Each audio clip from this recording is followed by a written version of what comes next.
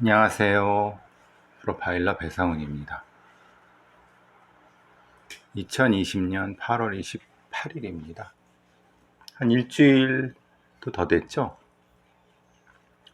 어, 이것저것 계속 허리 디스크 치료 때문에 이게 이제 이렇게 앉아 있는 것 자체가 불편하고, 근데 그 주사를 몇 개 맞았는데 비싼 주사죠. 어, 그 조금씩 좋아지는 것 같아요.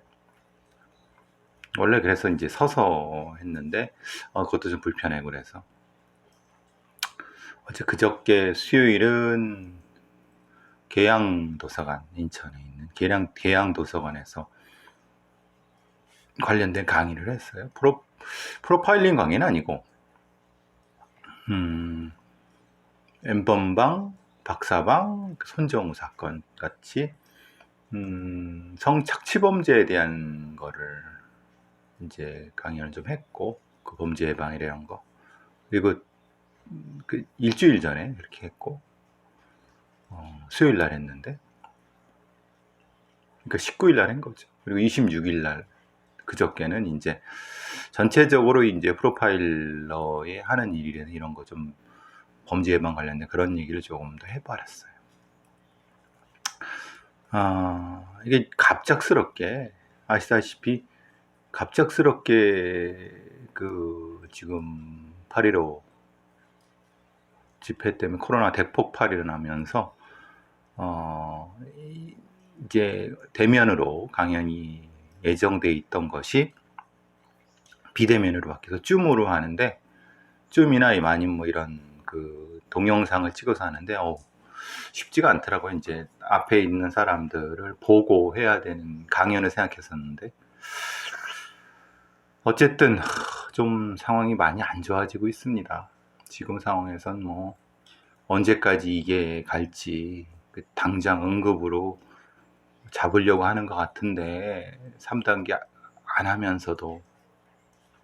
근데 상황이 이렇게 녹록치 않고, 소위 말한 종교를 가정한 테러리스트들, 저는 그렇게 부릅니다만, 극단주의자들, 이런 아주 쌍골통, 아주 꼴통들이죠, 꼴통들.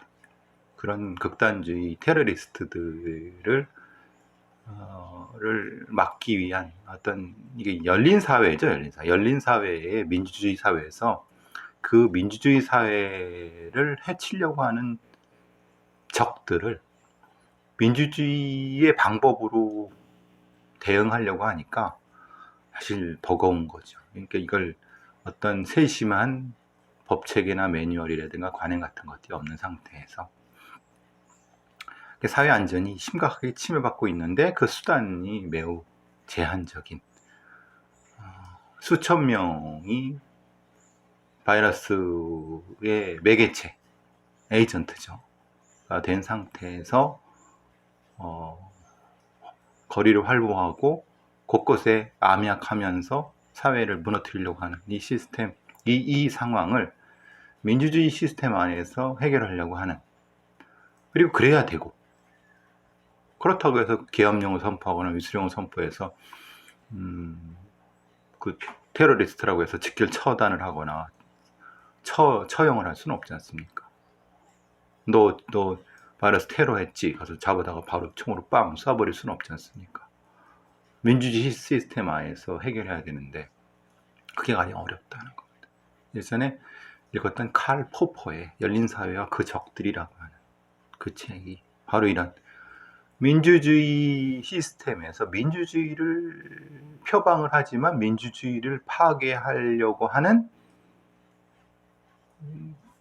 존재들을 민주주의 시스템 내에서 어떻게 방어해낼 것인가에 대한 그 부분, 사회 안전의 가장 심적인 부분, 지금처럼 나와 있는 거죠. 숙제입니다. 오랫동안. 근데 그 숙제를 하기도 전에 사회가 이미 돌아올 수 없는 곳을 건너서, 그때는 이미 이제 민주주의를 생각하지 못하는 다른 어떤 거로 갈까 걱정입니다. 그러니까 극단주의 테러리스트들이 나타나서 사회를 깽판 칠 때 결국은 그것을 방어하기 위해서 또 다른 극단주의적인 시스템이 나타나게 되면 그때는 이제 뭐 감당 못하는 거죠. 다시 말씀드리면 종교의 자유는 인정해줘야 됩니다만 그 종교의 자유도 공동체와 같이 가야 되죠. 이제 다른 얘기보다는 환기구를 통해 전염되는 서울 구로 아파트 감염 경로가 미궁에 빠졌다고 제가 이제 이 말씀을 같이 드리면 사회안전 관련된 건데, 지금 우리나라의 아파트 시스템이 아파트가 층층이 이루어져 있습니다. 근데 그 층층이 이루어지는 게 보통은 이제 옛날 아파트는 복도식이 많고 요즘은 대부분 다 계단식이죠. 그런데 아시다시피 수직으로 올라가기 때문에 공기 유통은 밑에서 위로 올라가는 건데, 물론 요즘 좀 비싼 아파트, 뭐 새로 진 아파트는 별도의 환기구 아니면 공기 유통 시스템을 별도로 각 가구마다 별도라는 경우도 있고, 근데 이제 돈이 드니까 중앙 집중으로 해서 한 통으로 해서 쭉 뽑는, 아마도 이게 지금 서울 구로 아파트가 그러니까 두 라인에 있는 사람들이 확진이 되는 거 보니까, 예를 들면 밑에하고 위가 공기 통로가 연결이 되어 있어 갖고, 여러분 그런 거 많이 보시죠? 그거 못 보시나요? 아파트나 아니면 여러 가지 그 몇 층층이 있는 건물에는 이 오수구나 하수구 이런 것이 쭉 위에서부터 밑으로 쭉 한 라인으로 연결되어 있죠. 이렇게 그래서 옆으로 박는 거지 않습니까? 근데 이게 비어서 있는 있죠. 공기가 있는, 평소 때는 공기가 비어 있는 상태고, 그게 뭐 환기구군 아니면 뭐 온물구군 뭐든 그 위아래가 어쨌든 연결되어 있는 거 아닙니까? 그걸 완전히 밀봉하지 않나요? 밀봉을 어떻게 하겠습니까? 뭘 내보내야 되는데. 그런 아파트 시스템에서 이런 바이러스의 확산의 문제가 발생했을 때 이제는 아파트에 사는 것 자체도 위험할 수 있는, 그러니까 아파트를 살아도 위아래 층이 완전히 차단이 되는, 공기적으로 차단되는. 근데 그게 가능한가요? 아니 뭐 가능하지 않든 어쨌든 공기는 밑에서 위로 올라가는 거고. 그러니까 이제는 코로나19 시대의 뉴 노멀은 아파트에서의 어떤 바이러스 확산이라고 하는 것도 우리가 고민을 해야 되는 부분인 거죠. 그리고 엘리베이터는 같지 않습니까? 아니 통로는 같지 않습니까? 우리가 공동생활, 공동주택이라고 다 쓰잖아요. 이럴 때 어떻게 할 것인가에 대한 문제도 우리가 고민을 해봐야 된다는 거죠. 글쎄요, 이게 저는 이 뭐 구조적인 문제일 수도 있다고 생각을 하지만, 또는 뭐 인적인 문제일 수도 있겠죠. 근데 그건 잘 모르겠어요. 일단 그거는 역학조사관들이 판단해 보시겠죠. 자, 이 어려운 와중에도 판례가 하나, 그러니까 새로운 판례가 생긴 게 하나 있어 갖고, 그러니까 이런 겁니다. 대법원 전원합의체는 어제 아동 청소년의 성보호에 관한 법률상 위계이한 간음 혐의로 기소된 A씨에 대해서 무죄인 원심을 파기하고 유죄 취지인 거죠. 이런 겁니다. 그 공소 사실은 2014년에 범인 A씨가 랜덤 채팅 앱으로 14세인 피해자한테 자기가 36세인데 고등학교 2학년이 누구라고 척보낸 거죠. 그러니까 나이를 속인 거죠. 그런데 그러던 중에 이제 범인이 그 14살짜리한테 스토킹하는 여자를 떼어내려면 네가 그 피해자가 나의 선배와 성관계를 해야 한다. 그러니까 그 선배라는 건 결국 자기죠. 그죠? 그러니까 가상의 고등학교 2학년이 있는데 그건 가상의 인물이, 자기는 36이고. 그러니까 흔히 말하는 속인 거죠. 그래서 피해자가 고등학교 2학년이고 멋있고 뭐 이제 이렇게 여러 가지 젠틀하게 했을 테니까 두려워갖고 성관계를 하겠다고 승낙을 했고, 그래서 성관계를 했대요. 그러니까 범인하고 한 거죠. 근데 사실은 그것은 속인 거죠. 문제는 이게 위계의한 성범죄인지라고 하는 거예요. 근데 대법원의 2001년도 판례에 의하면 위계란 행위자가 간음의 목적으로 상대방에게 오인 착각 부지를 일으키고 상대방의 그러한 심적 상태를 이용해 간음의 목적을 달성하는 것. 말하자면 이거는 간음 자체를 목적으로 하는 어떤 위계여야 된다는 거. 좀 좁은 거죠. 이거 무죄인 거죠. 그런데 문제는 지금 이 경우는 새로운. 근데 이렇게 되면 너무 청소년 같은 경우는 이게 이제 속이는 거에 대한 인식이 좀 떨어질 수 있으니까 행위자가 간음의 목적으로 피해자에게 오인 착각 부지를 일으키고 그러한 것을 이용해서 간음의 목적을 달성했다고 하면은 인과관계 연결이 돼야 되죠. 이게 참 웃긴 건 그런 겁니다. 범죄를 연구하는 사람들이나 프로파일러들 아니면 이런 사람들은 이게 인과관계가 충분히 있다는 걸 우리는 안다는 건데, 근데 법률을 하는 사람들은 직접적 인과관계, 이건 일종의 이중 인과관계라는 거예요. 즉 말하자면 속인 건 맞다. 그런데 그게 직접적으로 간음으로 연결되는 건 아니지 않느냐 라고 기존에 판례가 있었던 건데, 범죄라든가 아니면 일반적인 어떤 상식적인 걸 생각하는 사람들이라든가 아니면 이런 범죄적 인과관계를 따진 사람들이면 이거는 분명히 연결이 되지. 왜 그러면 속였겠느냐? 간음을 하려고, 강간을 하려고 속인 거지. 다른, 그러니까 구체적인 동기는 여기 있는데, 그러니까 이렇게 법률가들이라든가 법을 하는 사람들은 일종의 좀 형해적이고 일종의 그 도식적인 형태의 인과관계에 빠져갖고, 그러니까 그건 뭐냐면 형사사건을 아주 엄격한 증거에 입각한 형태로 구분하려고 하는 것이죠. 그런데 범죄를 연구하는 입장에서는 그것이 아니라 동기가 여기 있는데, 거기로 그런 과정이 조금 비뚤어졌다 하더라도 동기가 여기 있다고 하면 그것은 인과관계가 있는 거지. 그러니까 흔히 말하는 범죄를 연구하는 사람과 법률을 연구하는 사람은 이렇게 차이가 있었다는 거예요. 지금도 이런 경우는 엄청나게 많습니다. 그리고 지금 이 경우도, 이 경우 대법원의 전원합의체 판결도 아동 청소년이라고 하는 특별한 형태의 보호 때문에 이게 인용이 된다는 거지, 만약에 이것이 성인이라든가 아니면 나이가 더 있는 사람들한테 이게 적용이 안 되는 거예요. 그러니까 저는 이렇게 생각하는 거죠. 이런 판단을 왜 니네들이 하느냐, 판사들이. 이거는 흔히 말하는 범죄를 연구하고 이것이 A가 B로 인과관계가 있다는 것을 전문가들한테 물어갖고 거기에 따라서 이거는 인과관계가 있습니다라고 하면 니들이 판단하면 되는 거지. 니들이 뭐라고, 법률가들 니들이 뭐라고 인과관계 자체를 왜 니들이 판단하느냐. 여기서 이제 문제가 된다는 거예요. 그래서 제가 항상 말씀드리는 게 법률과 범죄는 다르다. 이건 범죄 영역에서 범죄의 인과관계 문제는 범죄작자들한테, 범죄 연구관들이 묻고 그 묻은 걸 따라서 본인들이 법률적으로 판단하면 되는 거. 근데 지금은 여태껏 법률가들, 기득권을 가지고 있는 놈들은, 이런 사람들은 지들이 이거 다 판단했다는 거예요. 그래서 실제로 일반 사람이 봐도 이건 이해가 안 되는데 왜 이걸 이따위로 판결을 해? 쥐들이 뭐라고? 이런 경우가 많았다는 거죠. 근데 어쨌든 이것은 대부분 판례가 바뀌었어요. 즉 아동 청소년이 설령 외관상 성관계에 동의했다 하더라도 기만관계 또는 왜곡된 신뢰관계에 의한 것이라고 하면 온전한 성적 자기결정권 행사가 아니라는 것. 맞습니다. 이거는.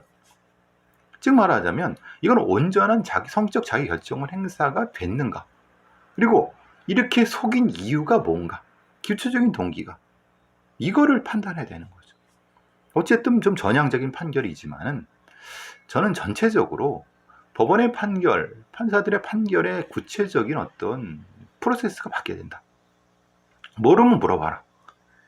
그리고 모르는 것을 자기들이 대충 판단하지 말고 기본적으로 이렇게 전문 연구가들한테 연구를 할 수 있게끔 여지를 줘라. 그래야지 자기들도 편해지고 또 여러 가지 영역에서 함재교 과학적으로 발전해 나갈 수 있는 거다. 피해자가 범인이 설정한 허구 상황 속에서 자극적인 도발과 집요한 부탁에 의해서 시달렸고, 이것은 일종의 지배강간 영역, 사회적 지인강간 영역입니다. 그리고 그것에 속아서 성관계를 결심했어. 그럼 자발적이고 진지한 성적 자기결정권이 아니죠. 근데 여태까지는 이렇게 판단해왔다는 거예요. 그러니까 얼마나 판례가 개판이었겠습니까? 차제의 이 부분은 새로운 비동의 강간죄라든가 이런 걸 통해서 법을 전체적인 이 성범죄의 이 시스템을 바꿔야 된다는 거예요. 이걸 판례로 해결하면 안 된다는 거죠. 그리고 판결을 할 때 어떤 걸 해야 되느냐라고 하는 것도 바꿔야 된다는 거죠. 이런 사건도 있었네요. 주점 여자 화장실에 들어가서 20대 여성을 감금한 혐의로 재판에 넘겨진 20대 남성이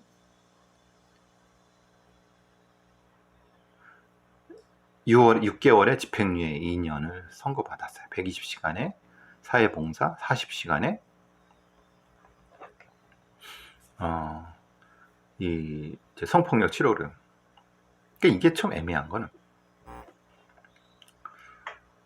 게 뭐냐면, 얘가 지금 계속 화장실을 노려보고 있었어요, 범인이.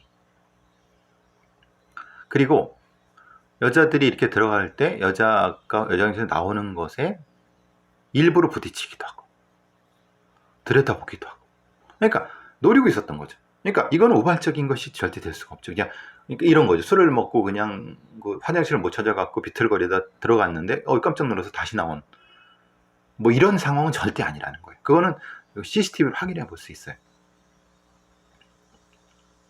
근데 그 다음이 얘가 왜 어떤 여성이 들어가서 용병 칸에 들어갔는데 거기서 문을 잠궈 버렸어요.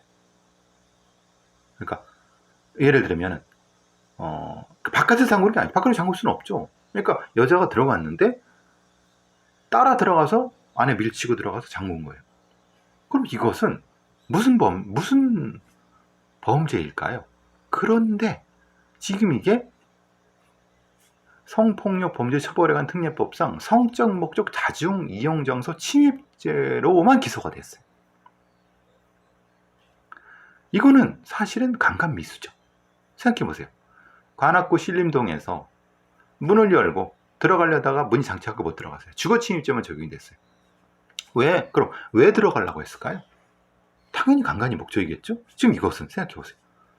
아니, 여자 혼자 용변을 보러 들어가는데 따라 들어가서 문을 해서 거기 그 좁은 공간에 그 여자와 자기가 둘밖에 없었어요. 그럼 그것은 그냥 이것을 성적 목적 다중 이용 장소 침입이라고만 하니? 이런 꼴통 같은 판결이 어디 있습니까? 생각해 보세요. 아니, 거기 왜 들어갔겠어요? 성적 목적이 분명히 동기가 있는 거잖아요. 그러니까 우리의 법 체계에선 이 동기를 추정하려고 하지 않고 결과만 가지고 놓고 본다는 거예요. 그러니까 기껏해야 6개월에 집행유예 2년밖에 안 나오는 거죠. 이건 강간 미수잖아요. 쉽게 말하면. 그러니까 이거를 물론 검사도 당연히 그 강간 미수 쪽으로 했겠고, 그리고 이것을 예비적으로 성폭력 문제에 대한 특례법 위반을 예비적 기소유예를 했겠죠. 그런데 이것을 왜 입증하는데 두려워했을까? 검사가 입증 못했을 수도 있고. 근데 판사 자체도 참 너무 경직돼 있고, 판사가 이걸 모르면은 이 상황에 대해서 구체적 동기에 대해서 이런 부분을 전문가들한테 물어보고서 판결하는 건데, 아니 자기도 눈이 있고 다 눈이 있으면 생각해보세요. 판사가 생각해보면 이게 아니 따라 들어가면 누가 몰라? 그리고 몇 군데 계속 그 감시했던 거 보면 그럼 당연히 계획성이 있는 거잖아요. 근데 이거를 그냥 단순히 성적 목적 다중 이용 장소 침입이라고만 했다는 거 자체 잘못됐다는 거죠. 이게 참 답답한 판결이고 답답한 기소고 답답한 재판이죠. 그래서 우리나라의 성범죄 체계를 바꿔야 된다는 거예요. 즉 범인은 이렇게 얘기하는 거예요. 1분 동안 용병 칸 안에 들어가서 문을 잠궈 놓고 감금했는데 그 감금한 이유가 만취해서 그런 거다. 구토하기에 들어간 건데, 그 구토하기 위해서 들어갔는데 여자가 있었는데 성적인 이유는 없었다. 감금의 고의도 없었다 라고 하는 거죠. 근데 검사도 1심 형량이 가볍다고 부당하다고 했는데, 이건 가볍다는 문제가 아니라 법 적용 자체가 잘못된 거죠. 이게 참,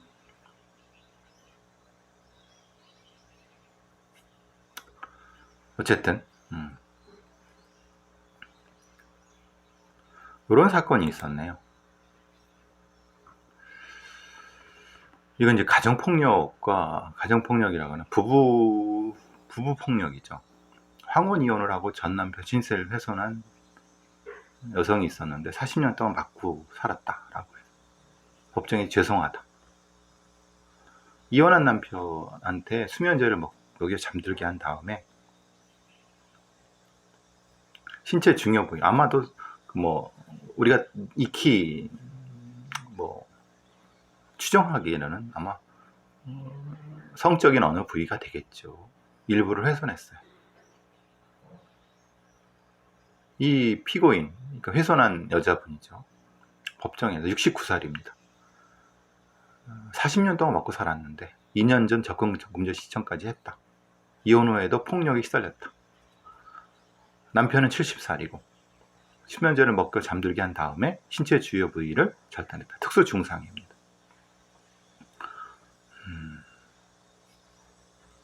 안타깝죠.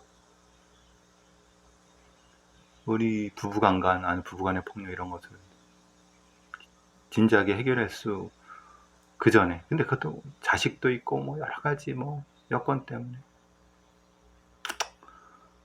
이거는 아무리 그래도 판사가 좀 정상 참작을 해줬으면 좋겠다는 생각입니다. 물론 신체적으로는 폭력을 행사한 건 잘못했지만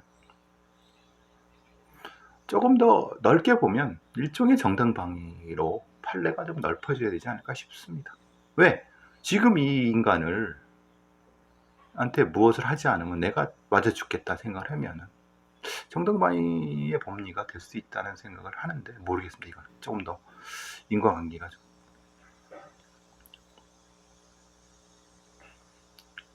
요런 사건이 하나 있었어요.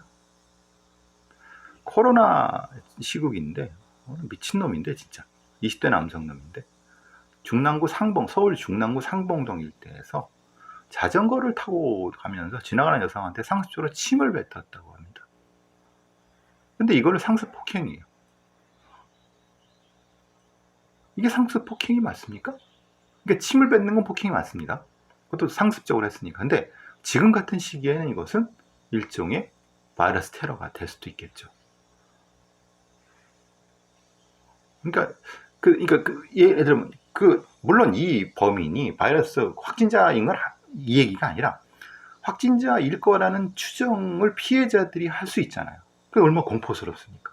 그러니까 그것만으로도 사실은 바이러스 테러가 될 수 있는 거죠. 그러니까 이것은 공공의 안전에 대한 법률로 적용을 해야 되는데 우리는 그런 법률이 없습니다. 따라서 이 부분은 분명한 것은 확실히 법도 없고 법 적용 자체도 문제가 되기 때문에 사실은 이 중간지대에 존재하는 거예요. 지금 같은 코로나 시대, 이제 새로운 뉴 노멀인 시대에는 이런 방식의 공공 테러, 그러니까 바이러스를 가지고 아니면 이런 신체에서 나오는 이런 바이러스를 유발할 수 있는 테러도 우리가 분명히 사회안전의 망에서 적용을 해야 된다. 이런 미친놈이 있습니까? 침을 뱉고 돌아요. 참, 그 임산부도 있었답니다. 이게 진짜 제정신인 인간들이 이 교회에서 하고 도망다니는 수천 명의 제정신 얼빠진 인간들, 진짜 테러리스트 같은 인간들도 저렇게 많지만 이런 놈들도 상상을 초월합니다. 즉 기존의 경찰 시스템과 법 시스템에서 상상도 못한 것들이 나타난다고 하면 이제는 그걸 규정하고 예방할 수 있는 시스템으로 바꿔야 되겠죠. 그죠? 미국 경찰이 또 난리가 났죠. 사실 여러분도 보셨겠지만은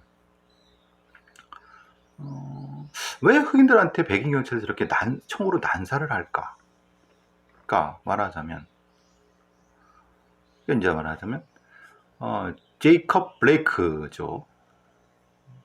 죽진 않았는데 하반신 마비죠. 당연히 7방을 쐈는데 4방이 허리 쪽에 박혔다면 당연히. 그런데 근본적으로 왜 미국 경찰들은 이렇게 난사를 할까? 근데 저도 경찰에서 이제 경찰학교에서 훈련을 받을 때 하반실 아래쪽으로 이렇게 연사를 하라고 이런 훈련도 받고 그랬어요. 근데 물론 직접 우리는 총을 쏘지 않으니까. 근데 미국 CNN에서 왜 그렇게 총을 쏘느냐라고 하는데, CNN이 이렇게 얘기합니다. 대개 경찰은 용의자가 자신을 죽이거나 해를 가할 수 있게 싶으면은 제압에 필요한 만큼 총을 쏘도 훈련받는다고 합니다. 즉 어떤 특정한 상황이, 그러니까 이런 위협 상황이 벌어졌을 때 무조건 총을 쏜다는 거예요. 무조건. 그러니까 총을 여러 발 쏘게 되면 중간에 멈추지 않고 신속하게 연사하도록 훈련받는다고 합니다. 근데 실제로는 총을 한 번 쏘기 시작하면은 총알 탄창이 다 비도록, 실제로 그 용어도 있습니다. 탄창이 매거진, 탄창을 매거진이라고 하거든요. 매거진 아웃되도록 다 쏟아붓습니다. 그렇게 훈련을 받습니다. 한국 경찰들 그렇게 훈련을 하니까요. 근데 특히 미국에서는, 미국의 법원은 불합리한 체포 수색을 금지하는 수정헌법 4조에 따라 경찰이 격발한 이유가 타당했는지를 따지는데 몇 번 격발했는지는 따지지 않는 게 무조건 많이 쏜다는 거예요. 그게 이제 왜 그러느냐? 실제로 우리 같은 경우는 멋있게 경찰이 총을 안 쏘고 유도를 넘기고 이렇게 하고 그러지만 현실적으로 사실은 되게 불가능합니다. 생각해보세요. 유도를 많이 하고 유도 5, 6단 넘는 사람도 이 거군 이런 애들을 업어치기로 이게 사실 불가능합니다. 거기다 잘못 잡히면 자기가 다치잖아요. 그러니까 애초에 몸으로 뭘 하는 걸 가르치지도 않고 위험하니까 하지도 않는 거죠. 그러니까 곤봉으로 때리거나 총으로 그냥 무조건 쏘는 거죠. 그러면은 차라리 총을 사용하지 못하게 한다고 하면은 저는 계속 그렇게 말씀드리는 거죠. 우리나라는 어차피 총을 못 쏘니, 우리나라 경찰은 총을 못 쏘니까 중간 정도, 그러니까 테이저건은 너무 위력이 약하고 아니면 너무 강하거나 그러니까 너무 실용적이지 않으니까 중간 정도의 제압 도구는 있어야 되겠다.